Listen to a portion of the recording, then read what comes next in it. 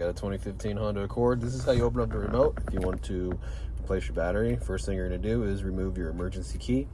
On the back there's a button here that we're going to slide to the right, and then we can pull the emergency key out. Now you're going to need a flathead screwdriver for this next part. What we're going to do is we're going to split the remote open. All right, there's a split right here in it, and stick the flathead screwdriver in here like this, and just use these two little pieces right here to just pry against to get it to open up. Now you want to make sure that you have the buttons facing down. As soon as you do this, all these guys get real loose, okay, and they can fall out. If you're doing it in the car like me, you don't want them to fall out. So we're going to hold this like this, then you can pry the battery out. All right, you know, all this will fall right out. Battery size is going to be a CR2032. And I'll have this information down in the description box below, along with a link takes you to Amazon if you want to buy a new battery. So check that out. But we just push it in there just like I did right here.